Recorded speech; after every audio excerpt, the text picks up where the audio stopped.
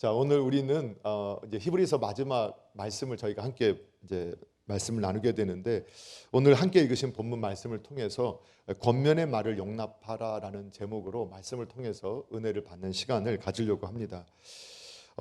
우리들이 신앙생활을 하면서 신앙에 대해서 우리가 세상 속에 있는 언어로 잘못 이해할 때가 참 많다. 그런데 히브리서 이 성경이 우리의 이 잘못 이해하고 있는 신앙관에 대해서 좀 교정해 주는 역할을 하는 말씀이었던 것을 우리가 함께 말씀을 묵상하며 상고하면서 함께 여기까지 올 수 있었습니다. 여러분 기억하시나요? 우리가 잘된다, 형통하다, 복되다라는 표현이 우리는 이 세상에서도 잘되고 형통하고 복되기를 원하는 사람의 본심이 있습니다. 또 본성적인 마음이 있습니다. 사람들은 다 복을 좋아하고 잘되기를 좋아합니다.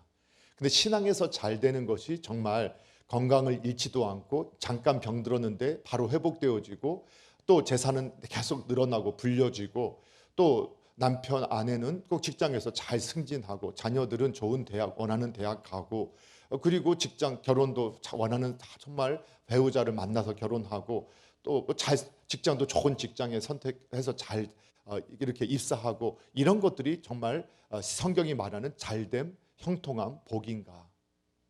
물론 이것을 여러분 크리스천들이 이건 아닙니다 이렇게 말하는 것도 극단이라고 했던 거 기억나시죠?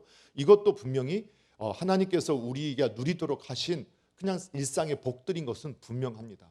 그런데 오늘 히브리서 성경을 우리가 함께 연구하면서 수없이 반복했던 거 기억나시죠? 그게 뭐냐면, 이 시대는 예수님 믿으세요 이 말을 하는 것도 생명을 걸고 해야 했고, 예수님 믿겠습니다 하는 이 신앙의 고백도 자기 생명을 걸고 그렇게 신앙 고백을 해야 했던 시대라겠습니다. 그런데 우리는 사도행전을 읽어보면 이 시대에 얼마나 성령님의 역사가 강력하게 나타났는지, 사도들이 가는 곳마다 병자가 일어나고 귀신이 쫓겨나가고 심지어는 죽은 자가 일어나는 이러한 성령의 역사가 있다 보니까, 그걸 보면서 사람들이 종교적인 호기심, 그리고 저기에 뭔가 특별한 게 있는 것 같다 하는 이런 마음을 가지고 실제로 교회당으로 많은 사람들이 들어왔던 거죠. 그런데 교회당에 왔는데, 그런 호기심을 갖고 왔는데, 예수 믿는 분들이 분명히 거기에 영적인 체험이 있고 은혜가 있음에도 불구하고, 당시에 예수님을 믿으면 그냥 재산을 몰수당하고, 정부에서도 핍박당하고, 그 다음에 가족들한테도 버림당하고, 심지어는 이 시대쯤 히브리서 성경이 기록할 당시쯤 되면 그 예수님을 믿는다는 것 때문에 감옥에 갇히고, 그리고 그 고문을 당해서 불구가 되어지고, 이런 일들이 너무 자연스럽게 나타났다는 겁니다. 그러다 보니까 이 시대의 사람들한테서는 예수님 믿어서 잘 되는 게 아니라 망하는 길을 가고 있는 거예요. 세상 속에서는. 여러분 너무 두려워하지 마시오. 여러분 망하자 이런 설교 아닙니다. 그렇죠? 근데 이 시대에 예수님 믿기 때문에 망하고 있는 거예요. 건강했던 몸이 고문당하다가 병들게 되고 일찍 죽게 되고, 심지어는 불구가 되기도 하고, 그 많던 재산 예수님 믿는다고 고발당하면 딱 조사해서, 물론 거짓 조사라도 정권의 권력의 힘을 가지고 그냥 뺏어서 재산을 다 뺏어버리기도 하고, 그리고 유리하는 자가 되고, 그래서 이 시대부터 해서 카타콤 같은 사람들을 피해 다니는 유리하는 자가 되는 이러한 일들이 이 시대에 있었단 말이에요. 그렇다면 이 세상에서 말하는 잘됨, 건강함, 그리고 부가 늘어남, 그리고 모든 일이 잘 되어져감, 이것이 성경이 말하는 부라고 한다면, 이 시대의 사람들은 너무나 저주받은 인생이고 하나님 안에서 버림받은 인생이라고밖에는 해석할 수가 없는 거예요. 그런데 어느 누가 이 시대의 사람들을 저주받은 사람, 버림받은 사람이라고 해석해요? 가장 은혜를 많이 입은 세대, 그리고 하나님의 복을 가장 많이 누리는 사람들이라고 우리가 고백하지 않습니까? 그래서 우리는 이 복이라는 개념이, 형통이라는 개념이 전혀 잘못됐구나 하는 걸 깨닫게 되죠. 그러면서 형통과 잘됨, 복이라는 것은 하나님 안에 있는 것이 형통이고 잘됨이고 복이구나. 그래서 다른 어떤 것을 가지고 있어도, 어떤 걸 누리고 있어도 하나님이 없으면 그 자체가 죽은 것이고 저주받은 것이고 멸망한 것이고, 그건 어둠이고, 그거는 결국은 비참한 것으로 끝나게 될 수밖에 없다. 그 신앙의 눈으로 우리는 그걸 확신하는 거예요. 그러나 이 세상에서 우리가 부하든 가난하든, 명예가 있든 없든, 체력이 있든 없든 또는 뭐 지혜, 지식이 있든 없든 그거와 상관없이 예수님 안에 있으면 그분은 복 있는 사람, 잘 되고 있는 사람, 형통한 사람이다. 이렇게 우리가 고백할 수 있게 됐다는 거예요. 그거 사실 믿으셔야 돼요. 아니 그거를 우리가 신앙의 눈으로 그렇게 해석할 수 있어야 하고 본인을 스스로 그렇게 인정해야 돼요. 인정해야 돼. 예수 안에 있으면 그냥 복 있는 사람. 그걸 확신해야 된다. 이걸 우리가 계속 반복해서 확인해 왔단 말이에요. 자, 그래서 여러분 신앙의 삶이라는 게 뭐 독특한 게 있어요? 여러분 예수님 믿고 나서 여러분이 예수님 안 믿는 사람하고 다른 게 뭐가 있어요? 여러분 여러분 5끼 먹어요? 예수님 믿고 나서 복을 하도 많이 주셔서 5끼 먹으시나요? 아니면 안 먹어도 배불러서 한 끼만 먹고 다니시는 분 계시나요? 물론 그런 분도 계실 수 있겠죠. 근데 이제 뭐 그럴 수도 있나요? 여러분이 일터 예수님 믿고 나서 너무 잘 돼서 일터 안 나가시나요? 직장생활 안 하시나요? 여러분 가정생활 똑같이 하고 일터에서 똑같이 일하고 밥 3끼 먹고 운동하고 그냥 똑같이 살아요. 그러면 신앙의 삶의 차이가 뭐냐? 예, 하나님이 있는 삶이 신앙의 삶이에요. 예수님이 있는 삶, 똑같은 밥을 먹고 똑같이 잠을 자고 똑같이 일을 하고 똑같이 가정을 꾸리고 생활하는데 하나님을 모시고 사는 삶이 신앙의 삶이란 말이에요. 그냥 하나님이 없으면 신앙의 삶이 아닌 거예요. 그래서 교회당에 출석을 해도 내가 하나님 없이 살면 그걸 종교인이라고 하는 거예요. 하나님 없이 살 수 있어요. 그럼 우리가 계속해서 노력해야 할 게 뭐냐? 그럼 내가 정말 하나님 안에 있느냐? 정말 나는 하나님을 기준으로, 그래서 하나님 기준, 오늘 찬양에서도 그 말씀의 기준이 되는 삶, 말씀에 순종하는 삶. 왜? 하나님은 말씀으로 자기를 나타내 주셨는데 그 말씀이 내 삶의 기준이냐는 거예요. 정말 내 감정이 내 말씀에 따라서 작동하고 있느냐. 그게 안 될 때 이상하다라고 생각할 수 있어야 된다는 거예요. 예, 하나님이 슬퍼하시는 걸 보고 우리도 슬퍼해야 되는데 우리가 슬퍼하지 않으면 이거 뭔가 잘못된 신앙의 징조라는 거예요.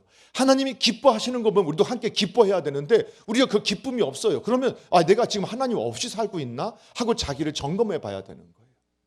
여러분 신앙의 삶이 특별한 게 아니에요. 똑같이 먹고 마시고 일터 가고 직장에서 열심히 생활하시는 거예요. 근데 하나님을 모시고 사는 사람은 하나님을 기준으로 해서 똑같은 장소에서 해서는 될 행동이 있고 해서는 안 될 행동이 구분돼요. 세상 사람들은 다 가능하다고 하는 것도 예수님 믿으면 안 된다고 할 수밖에 없는 삶이 되어지기 시작해요. 그걸 우리가 경험했잖아요. 그게 신앙의 삶이라니까요. 예.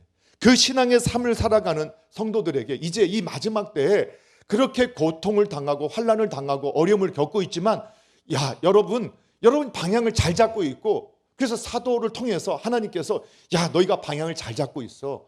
그래 네가 정말 너희가 세상에 잠깐 있다가 사라지고 소멸되는 존재가 아니라 영혼을 사는 존재인데 그 영혼을 우리에게 허락하시는 분은 하나님이셔. 그 죄의 문제를 해결해 주시는 하나님 한 분밖에 안 계셔. 예수님밖에 안 계셔. 그분을 너희가 바라보고 그분을 바로 알고 그분을 바로 믿고 그분을 닮아가는 삶을 살아가는 것, 그것이 정말 복 안에 있는 삶이고 복을 누리는 삶이야. 이걸 계속 권면하면서, 그러니까 이제 너가 위축되지 마라. 환난과 핍박과 고난이 있다 하더라도 인내하면서 위축되지 말고 어떻게 살라는 거예요? 믿음으로 자신감 있게 당당하게 살라는 거예요. 당당하게. 그리고 오히려 하나님 사람답게 예수 그리스도의 향기를 드러내면서 살아라. 정말로 하나님을 기준으로 사는, 하나님의 말씀을 하나님을 기준으로 사는 사람은 어떻게 사는지를 좀 보여주는 삶을 살아라. 이게 이제 히브리서 전체의 내용의 흐름인 거예요. 그리고 나서 이제 마지막 권면이 오늘 말씀이란 말이에요. 그럼 마지막은 항상 보면은 중간에도 핵심을 하지만 마지막에는 사실 똑같은 걸 또 강조하고 또 중요한 걸 다시 한번 반복하잖아요. 그렇죠? 그럼 오늘 중요한 게 뭐냐? 오늘 18절과 19절에서 아주 이상하지 않고 하여튼 이런 말씀을 주고 있어요. 함께 한번 읽어볼게요. 18절 19절 함께 있습니다. 시작. 우리를 위하여 기도하라. 우리가 모든 일에 선하게 행하려 함으로 우리에게 선한 양심이 있는 줄을 확신하노니 내가 더 속히 너에게 돌아가기 위하여 너희가 기도하기를 더욱 원하노라. 아멘.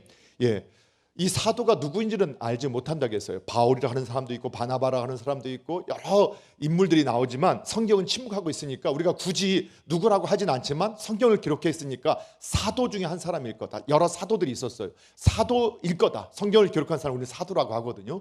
이 사도가 하나님의 영에 충만해서 하나님의 뜻을 기록하면서 그 마지막에 너희가 우리를 위하여 기도하라. 근데 이게 그의 생각이 아니라 하나님의 생각을 담았단 말이에요. 우리를 위해서 기도하라. 여러분, 아니 우리가 기도하면 오해하는 게 있어요. 기도는 마치 아빠 엄마가 자녀들에게, 목사님이 성도님들에게, 그리고 믿음이 좋은 사람이 믿음이 없는 사람에게 기도 부탁을 하고 또 믿음이 좋은 사람이 믿음이 없는 사람에게 기도를 해주는 것이 기도의 방식이다. 이렇게 우리가 언뜻 잘못 이해할 수 있어요. 그러니까 우리가 자꾸 이 세상의 종교에서는 자꾸 이렇게 그 종교 지도자를 찾아가는데 막 뭐 점을 치거나 하면서 막 그냥 거기에 예속이 된단 말이에요. 그런데 오늘 성경에 보니까 누가 지금 기도 부탁을 하고 있는 거예요? 예, 교회 영적 지도자가 성도님들에게 기도 부탁을 하고 있는 거예요. 여러분 이걸 잘 기억하셔야 돼요. 오늘 믿음이 없는 사람이 믿음이 있는 사람에게 기도 요청을 하고 또 능력이 없는 사람이 능력이 있는 사람에게 기도 요청하는 게 아니라는 거예요.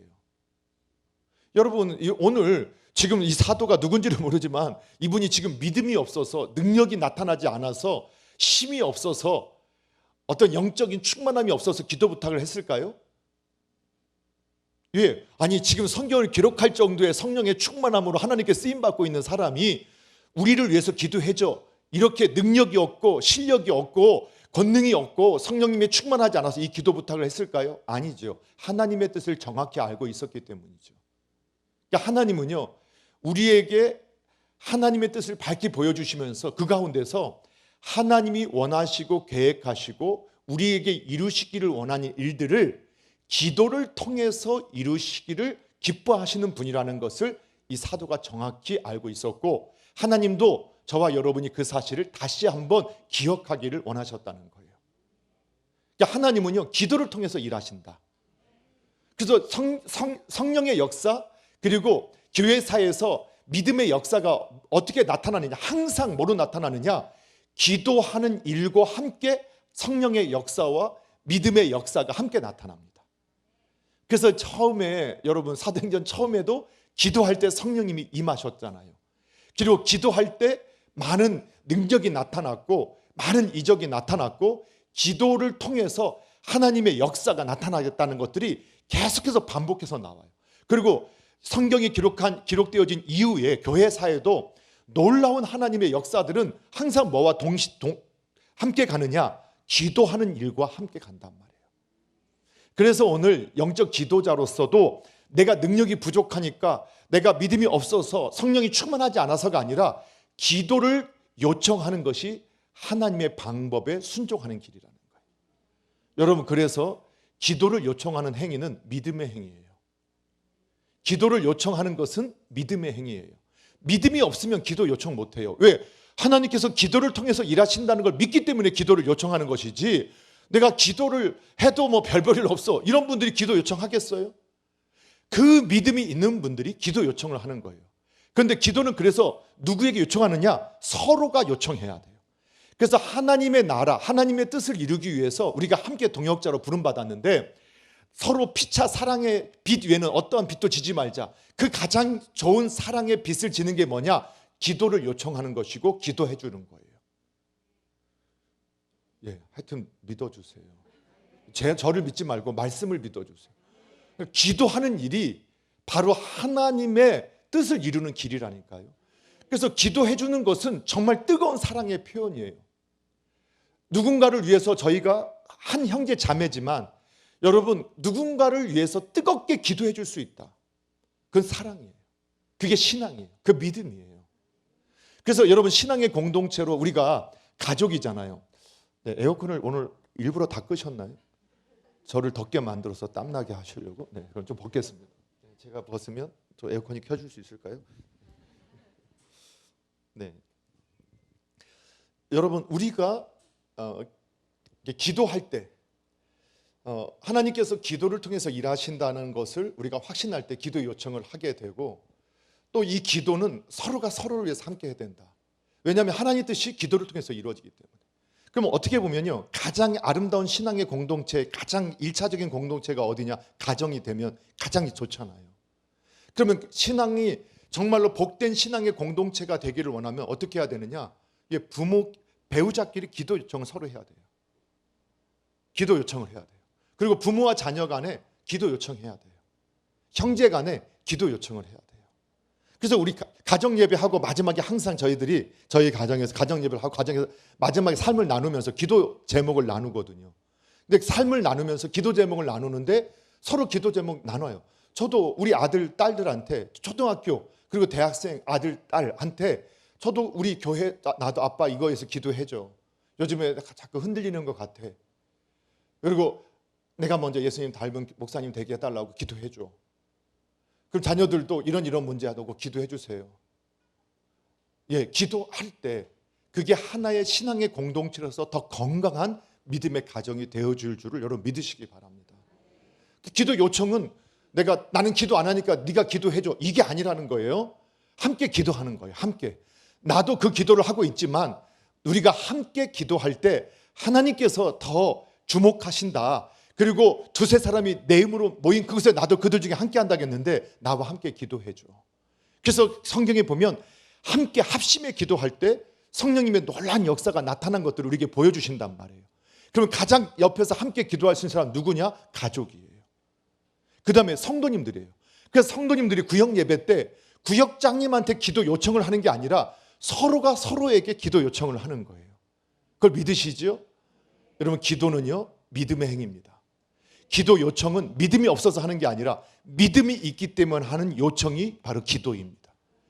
그래서 저와 여러분이 끊임없이 기도할 수 있는, 서로 기도를 요청할 수 있는 그 믿음이 있기를 주님의 이름으로 축원합니다. 자, 그래서 오늘 이제 우리 성경에서 개역개정은 우리를 위하여 기도하라 명령형처럼 되어 있고 또 명령형도 되어 있지만 다른 번역본들을 위하면 아주 정중한 청유예요. 우리를 위해서 기도해 주십시오.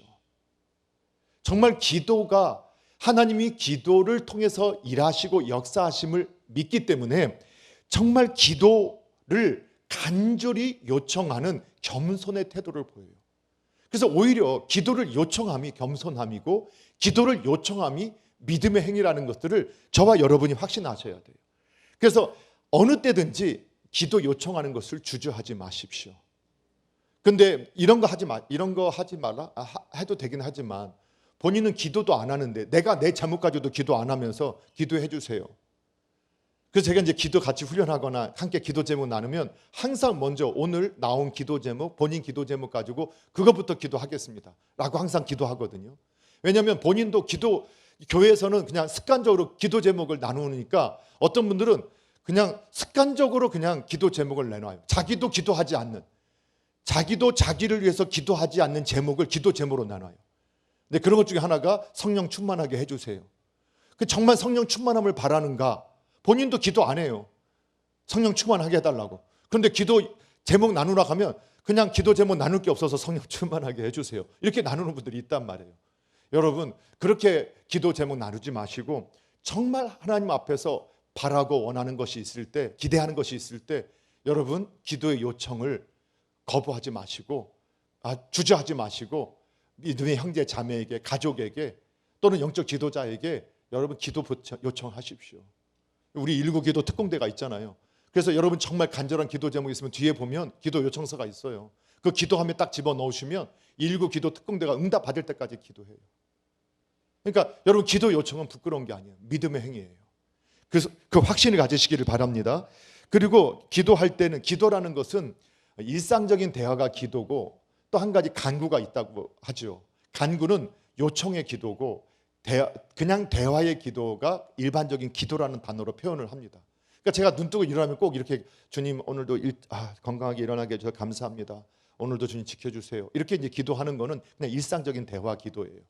그런데 이제 오늘 아들이 어떤 이런 일이 있었는데 꼭 지켜주시고 꼭 이걸 해결할 수 있게 해주시고 그다음 정말 그 꿈을 찾게 해주시고 이건 이제 간청이잖아요. 그건 간구예요. 근데 간구의 기도가 두 가지가 다 필요하다라는 거예요. 예. 그래서 두 가지를 오늘 보니까 이 지도자들이 성도님들한테 두 가지를 요청해요. 그게 뭐냐? 첫 번째 18절에 보니까 우리의 양심의 거리낌이 하나도 없기에 우리는 모든 일에 바르게 처신하려고 하는데, 바르게 처신할 수 있도록, 그러니까 선한 양심을 가지고 선하게 행동할 수 있도록 위해서 기도를 부탁하는 거예요. 여러분, 이건 정말 필요한 기도예요. 사실 이 지도자가 깨어있기 때문에 이런 기도를 해요. 내 뜻을 이루는 게 아니라 선한 것은 하나님의 뜻을 이루는 게 선한 것이란 말이에요. 그래서 하나님의 뜻을 이루는 일에 내가 주님의 뜻에 합당하게 쓰임받을 수 있도록, 주님의 선하심을 이룰 수 있도록 그것을 위해서 기도해 주십시오 라고 기도 요청을 하는 거예요. 여러분, 오늘날 교회당 안에도 영적 지도자들이 있죠. 그 지도자들을 위해서 기도하실 때 이 기도가 우리의 기도가 되면 좋을 것 같아요. 그러니까 하나님의 뜻을 바로 알고 그 선한 일을 행하기에 부족함이 없게 해달라고, 여러분, 저와 여러분들도 교회에 함께 세움받은 지도자들을 위해서 기도할 수 있게 되기를 주님의 이름으로 축복합니다. 또 한 가지는 그 19절에 보니까 이거 내가 더 속히 너희에게 돌아가기를 위하여 너희가 기도하기를 더욱 원하노라, 이렇게 이제 기록을 하고 있죠. 아니, 무슨 이유인지는 몰라요. 근데 그가 떨어져 있었어요. 돌아가기를 원한대요. 그럼 돌아가면 되잖아요. 그런데 뭘 그걸 기도해 달라고 해요? 우리는 이렇게 생각할 수 있단 말이에요. 그렇잖아요. 지금 어떤 이유인지는 몰라요. 그건 떨어져 있어요. 이 히브리서 기자와 히브리 교회 그 성도들이 떨어져 있었어요. 그런데 이제 돌아가기를 원한대요. 그럼 돌아오면 되잖아요. 그런데 성경에 보면 우리가 확신해야 될 게, 우리의 마음의 계획이 있다 할지라도 그것을 이루시는 분은 누구시라고요? 하나님이시라고요. 이게 성도의 신앙의 태도예요. 하나님께서, 우리가 아무리 선한 계획을 가지고 있고 또 선한 마음을 품고 있어도 그것을 이루시는 분은 누구라고요? 하나님이세요. 그래서 우리는 내가 하나님께 좋은 마음을 품게 하셨고 또 좋은 계획을 갖게 하셨다 하더라도 그것을 이루기 위해서 우리가 해야 할 일이 뭐냐? 기도하고 간구하는 일이에요. 여러분, 그런 분이 주님의 살아계심을 체험해요. 여러분, 기도할 때 저희가 청년들이나 학생들한테 제가 기도 훈련할 때 저희가 그렇게 했거든요. 구체적으로 기도해라. 아주 구체적으로. 이거는 제가 예전에도 이제 간증을 했었던 건데, 처음 제가 청년 때 그 CCC에서 거짓 순례 전도를 가는데, 그때 이렇게 어느 분이 이렇게 말씀을 하세요. 그때 이제 김중훈 목사님이 그때 강사셨는가, 기도는 아주 구체적으로 해야 된다. 그래야 응답 받았는지 안 받았는지 확인할 수 있다 해서 제가 그때 그 기도를 했었거든요. 제가 여름인데, 한여름인데, 그때 아직 지금처럼 복숭아 이렇게 나오는 때가 아니었단 말이에요. 근데 갑자기 복숭아가 먹고 싶어서, 이게 시험하는 게 아니라 그냥 그 기도를 그렇게 하라고 했으니까 저도 그런 기도를 해봤어요. 복숭아 좀 주세요, 하나님. 근데 제가 기도하면서도 마음대로 기도하긴 했지만 지금 복숭아 철이 아닌데, 그런데 그렇게 기도하고 이제 거짓 전도 여행을 막 다니는데, 제가 이제 그 버스를 타고 이제 우리 일원들과 가는데 어느 아주머니가 저희가 이렇게 복음 전하고 다닌다 그러면서 너무 감동을 하셔서 그분이 음료수를 저한테 딱 내줬어요. 이게 무슨 맛이었을까요? 예. 저한테 내준 것이 딱 복숭아 넥타라고 그 당시에 조금만 이게 있었거든요. 델몬테 조금만 게 있었어요. 저한테 여러 가지 그 팩 중에서 하나씩 꺼내서 저한테 딱 돌려준 것이 복숭아 맛이었어요. 제가 얼마나, 사실은 또 우연인가? 근데 그때 기도하면서 막 영의 세계들을 하나님께 보여주시고 하는 것들을 경험할 수 있었거든요. 그래서 왜 구체적으로 기도하느냐? 내가 믿음이 없으니까 구체적으로 기도하지 못해요. 구체적으로 기도해야 정말 그대로 되어졌는지 안 되어졌는지, 왜 하나님이 거부하셨는지를 정확히 알 수 있거든요. 그 기도하는 하나님은 기도할 때 기도를 통해서 일하세요. 다시 한번, 그래서 우리가 서로를 위해서 기도하시고 좀 더 구체적으로, 그리고 우리가 아무리 선한 일을 계획했다 할지라도 하나님께 아뢰시고 의탁할 때 그것이 하나님이 살아서 역사하신다는 것을 경험하게 하는 영적인 체험이 되게 할 줄로 믿습니다. 그래서 여러분, 열심히 함께 기도함으로 하나님의 살아계심을 경험하는 은혜가 있기를 주님의 이름으로 축복합니다. 자, 그런데 히브리서 기자도 이 사람이 영적 지도자잖아요. 그러니까 이도 히브리 교회 성도들을 위해서, 이 히브리인들, 기독교인들을 위해서 기도하는 거예요. 똑같이 21절 그래서 이렇게 기도하고 있어요. 같이 한번 읽어봅니다. 시작. 모든 선한 일에 너희를 온전하게 하사 자기 뜻을 행하게 하시고 그 앞에서 즐거운 것을 예수 그리스도로 말미암아 우리 가운데 이루시기를 원하노라. 영광이 그에게 세세 무궁토록 있을지어다. 아멘. 여러분, 이게 의미를 표준 세번역본에 보면 뭐라고 나오냐면 여러분에게 온갖 좋은 것을 마련해 주셔서 라고 시작을 해요. 여러분에게 온갖 좋은 것을 마련해 주셔서. 그래서 여러분 기도할 때 오해하지 말라겠다는 것이 뭐냐면 우리가 잘 되어지고 또 우리가 뭔가 문제가 없어지고 해결되어지는 것을 구하는 것이 잘못된 것이냐? 아니라는 거예요. 그것도 우리가 하나님께 구해야 될 내용이에요.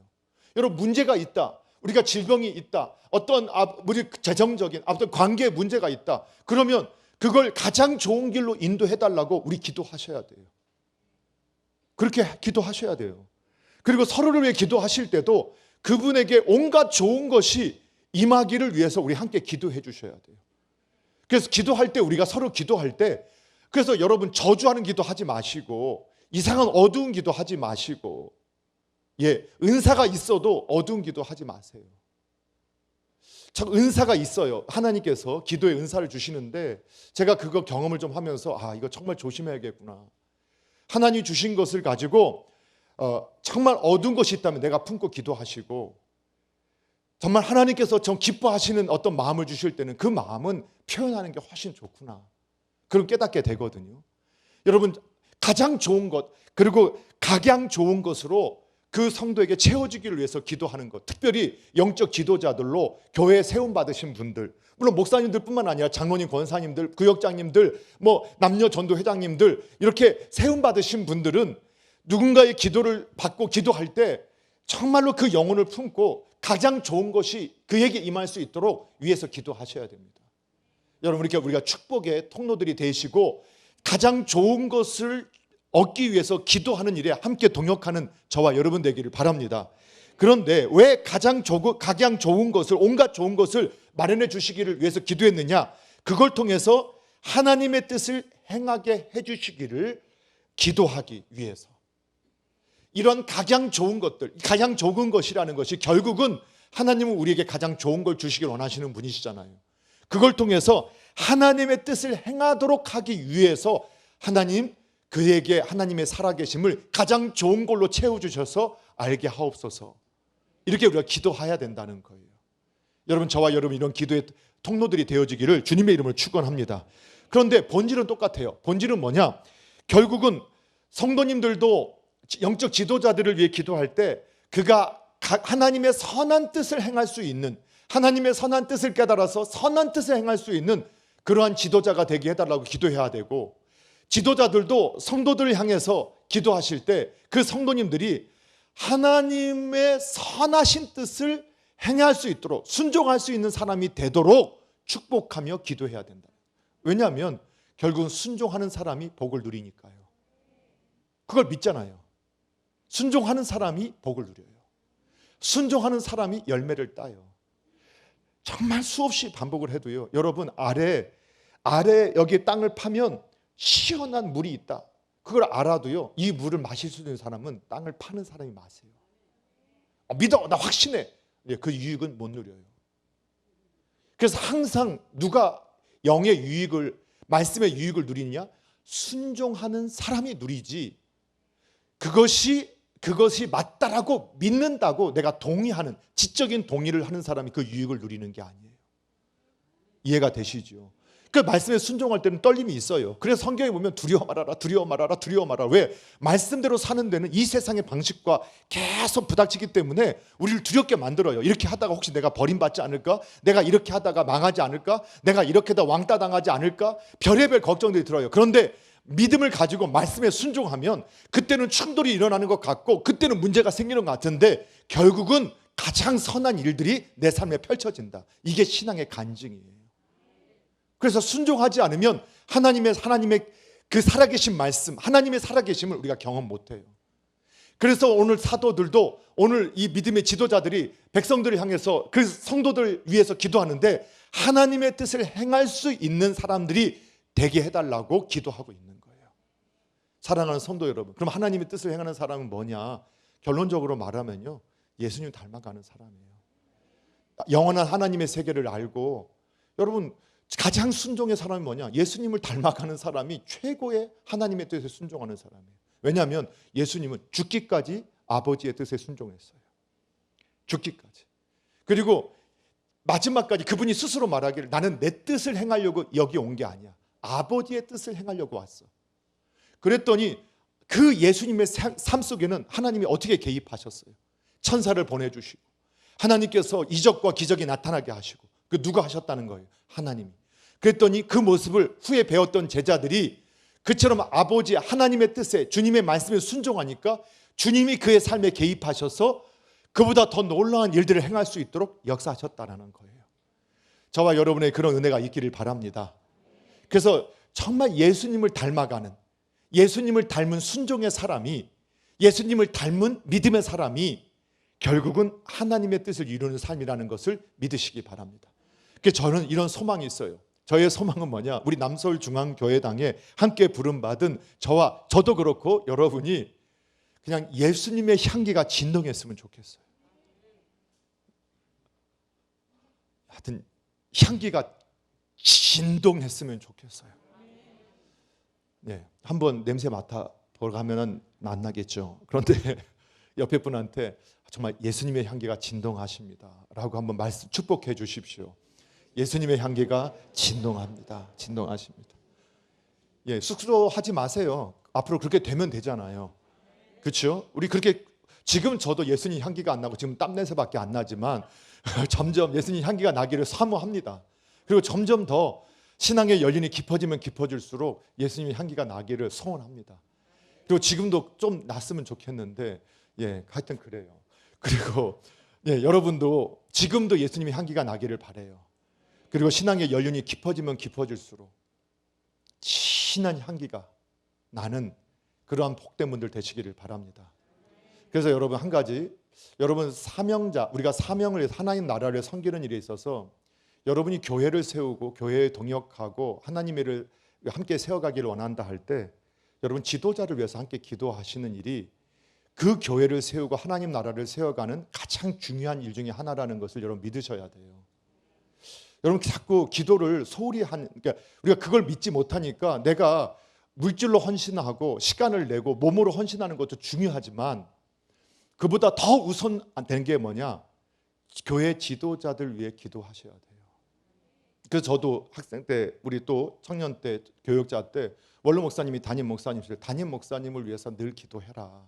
이게 무슨 담임 목사님이 뭐 특별해서가 아니라 하나님께서 그 교회를 위임하게 하셨을 때 그 위임한 목회자를 통해서 하나님의 뜻을 그 교회에 이루게 하시거든요.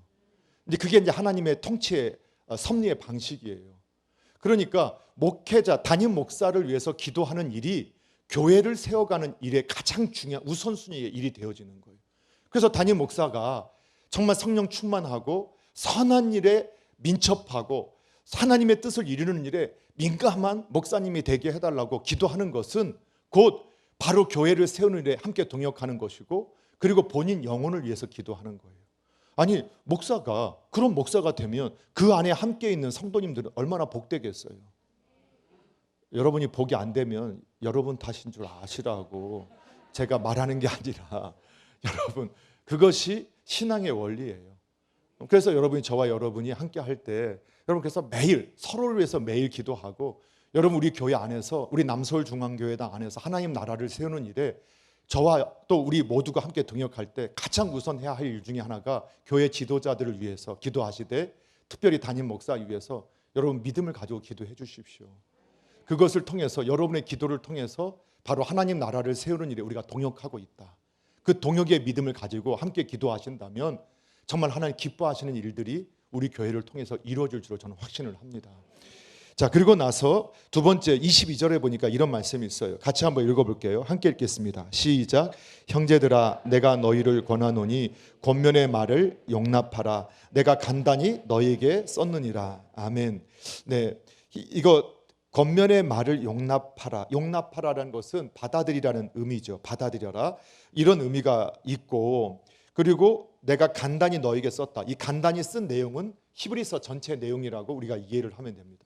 그러니까 히브리서 전체 내용을 너희들이 지금 고난당하고 어려움 겪고 참 하는데 책망의 말씀도 있고 그 다음에 오히려 지금 어려움은 있는데 너희가 그런 거 보면 안 된다 하고 자꾸 꾸짖는 것 같고 자꾸 건변하고 하는데 이런 말을 듣는데 너희가 그것을 온전히 그 말을 용납하고 수용해라 라고 요청을 하고 있는 거예요. 여러분, 옳은 말은 참 듣고 싶지 않죠. 듣고 싶으세요? 옳은 말은 왠지 듣고 싶지 않지 않으세요? 왠지 나도 알아 하고 싶고요. 옳은 말은 다 왠지 나는 옳지 않은 것처럼 말하는 것 같아서 그게 별로 이렇게 거부하고 싶을 때가 참 많은 것 같아요.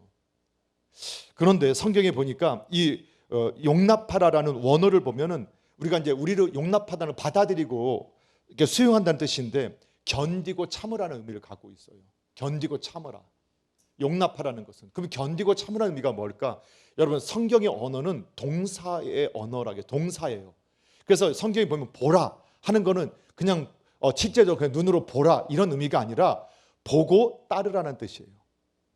그 다음에 또 성경에 보면은 네가 알아라 하는 것은 지식적으로 알았습니다 이게 아니라 그 지식적으로 안 것을 실제로 실행하라라는 의미를 같이 품고 있어요.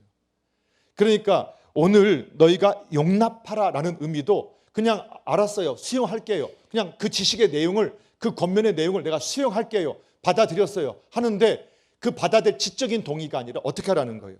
실제로 순종함으로 행동으로 옮기라 라는 의미를 가지고 있는 거예요. 그래서 거기에는 인내가 필요하고 거기에는 견딤이 참는 것이 필요하다라고 말씀을 하고 있습니다. 사랑하는 성도 여러분, 지난주에 여러분 기억나세요? 예수님께서 말씀하셨던 것 중에서 바리새인과 서기관의 가르침, 근데 그들의 삶의 모습은 옳았어요, 옳지 않았어요? 옳지 않았죠. 그런데 그들이 가르치는 말씀은 옳았어요, 옳지 않았어요? 옳았어요. 그러면 그 가르침을 따르라겠습니까? 따르지 말라겠습니까? 따르라고 했어요. 여러분, 오늘날 우리는 이렇게 말하잖아요. 야, 저 사람 모습 봐. 저 사람이 사는 모습은 저런데 말만 뻔지르하게 해. 그러니까 따를 필요 없어. 그 말이 맞다라는 거예요? 틀리다는 거예요? 틀리다는 거예요. 성경에서는 그 사람이 비록 잘못된 삶을 살고 있어도 그가 말하는 바가 진리이면 그 진리를 따르는 사람이 복을 누리는 사람이에요. 예. 근데 우리들은 이런 마음 있잖아요. 너나 잘하셔. 이런 마음 있어요, 없어요? 아니, 분명히 제가 옳은 말을 하는데도 제 눈에 그 사람이 평소의 행동이 그렇게 별로 탑타치 않았으니까 그건 너나 잘하셔. 이게 우리의 마음이라는 거예요. 그럼 그 말이 나 그거 안 듣겠다라는 얘기잖아요. 그렇죠? 그 말은 내 그 말 안 들을 거야. 너나 잘해. 너희 행동이나 똑바로 해. 이 말이거든요. 근데 그 말이 옳은 것은 내가 수용하고 행동으로 옮기면 그게 나에게 유익이 되어진단 말이에요. 반대로 여러분, 행동이 아주 옳은 사람 같아요. 아주 선한 사람 같아요. 근데 그 사람이 하는 말은 무조건 우리가 들어야 된다. 이게 맞는 말일까요?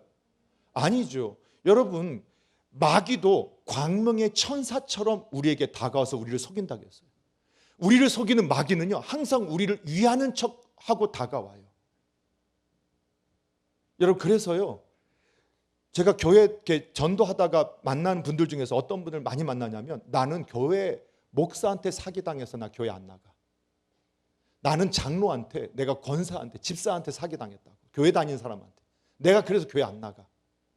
이런 말 하는 분을 제가 참 많이 만났어요.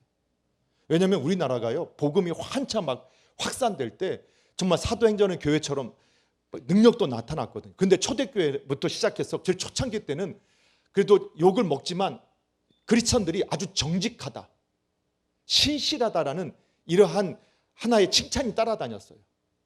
그리고 어느 시간이 지나고 나니까 교회 다니는 사람들이 인정받기 시작하는 시대가 열렸어요.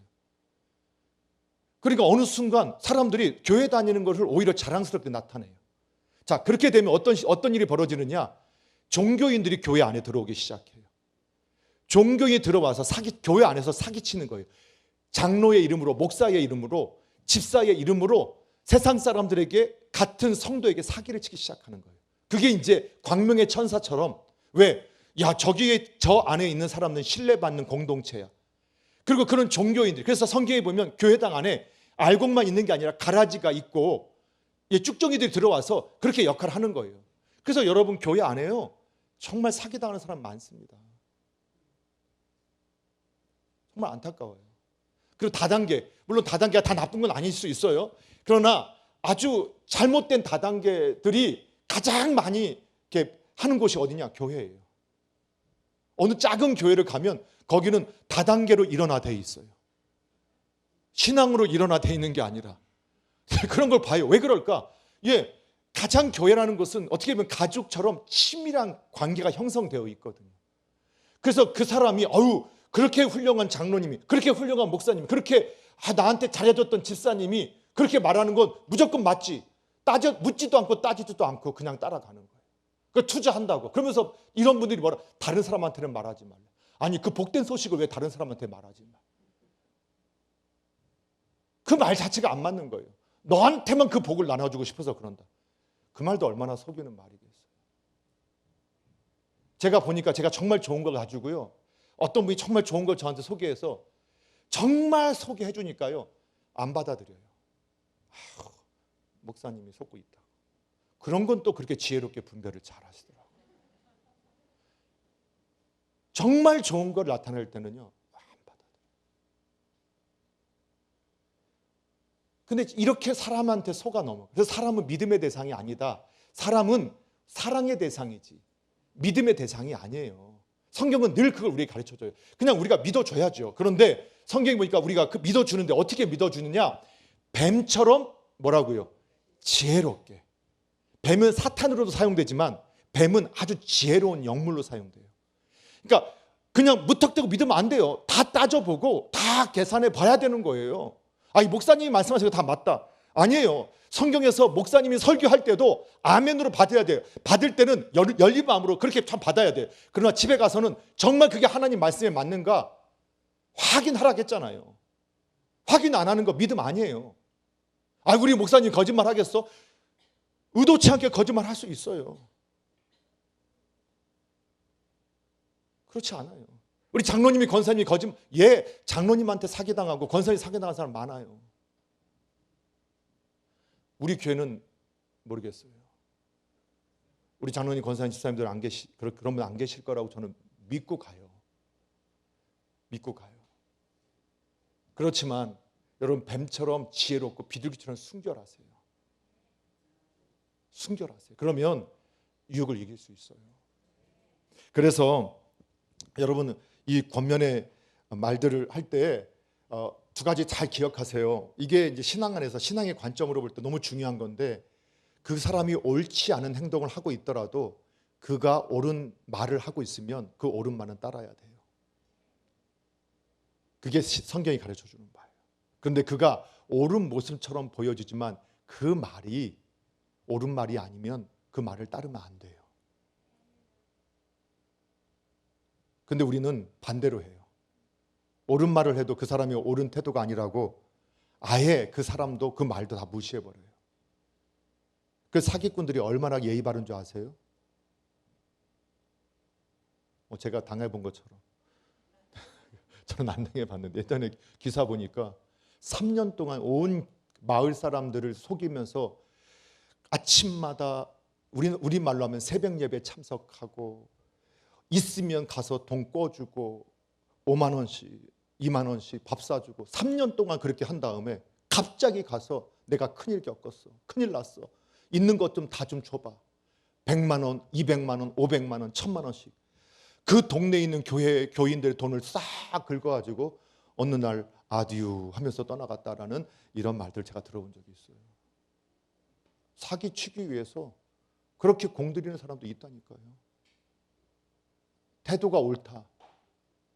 태도가 옳지 않아도 말이 옳으면 그것이 진리이면 진리를 따르고, 태도가 옳아도 말이 잘못됐으면 거절할 수 있는 게 성경의 지혜예요.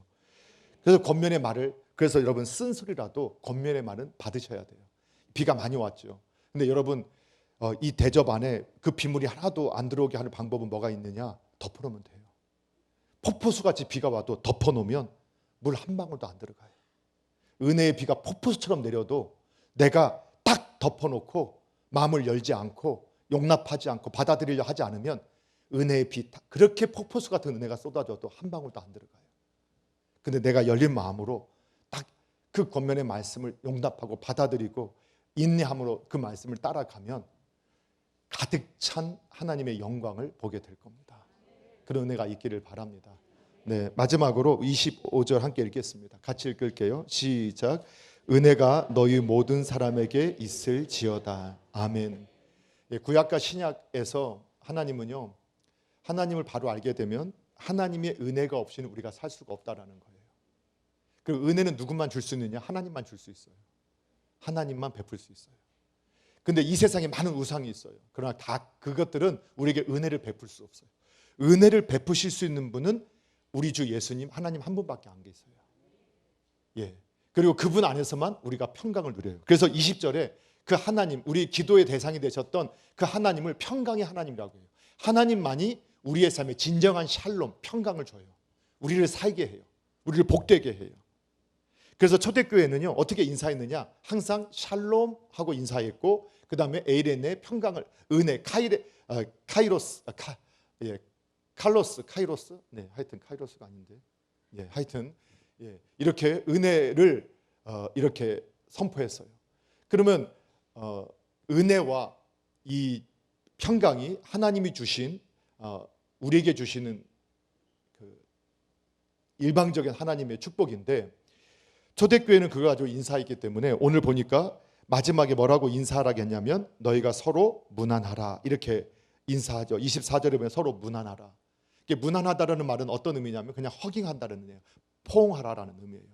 그리고 다른 데 보면, 다른 서신서에 보면 너희가 거룩한 입맞춤으로 무난하라 이렇게 말을 하거든요. 여러분, 그래서 우리나라는요, 기독교가 130여 년이 됐지만 아직도 교회 안에서나 우리의 삶에서는 유교의 정서가 많이 있는 걸 보게 돼요. 또는 불교적인 정서가 많이 있어요. 근데 서양인들은 아주 교회가 타락하고 뭐 망했다 이렇게 표현하지만 천여 년 동안 기독교 문화가 있어요. 그래서 여러분, 서양인들 만나면 처음 만나니까 그냥 가면 무조건 안으려고 해요. 그런 거 경험해 본 적 있으세요? 많잖아요. 그리고 어떤 분들 가면 그냥 이렇게 보려다면서 이렇게 인사도 하더라고요. 그게 왜 그럴까요? 그 서양에서 기독교 문화예요. 그렇게 서로 무난하고 인사했던 것이 하나의 문화가 된 거죠. 그런데 오늘 성경에 보면 이렇게 서로가 가족 믿음 안에서의 성제가 정말 친밀하게 인사하고 서로 나누고, 그리고 그때마다 우리가 기도해야 할, 이제 하나의 더 마지막 결론 내리는 거예요. 우리가 서로 기도해 주는데 정말 예수님 닮기를, 하나님의 뜻을 행하는 사람이 되기를 위해 서로 기도하지만, 그러나 이 모든 것이 하나님의 은혜 안에서만 이루어진다. 그래서 마지막 인사는 은혜예요. 너희에게 은혜가 있을지어다. 하나님이 베푸시는 그 호의가, 하나님이 베푸시는 그 복이 너의 삶에 함께 하기를, 이란 의미로 오늘 이 오전에 나와 예배하는 모든 분들이 이 주님의 은혜를 깊이 경험하고 정말 주님을 닮아가고 이 땅 가운데서 아름다운 주님의 향기를 드러내는 복의 통로되기를 주님의 이름으로 축복합니다. 예, 우리 함께 잠시 기도하는 시간 갖도록 하겠습니다.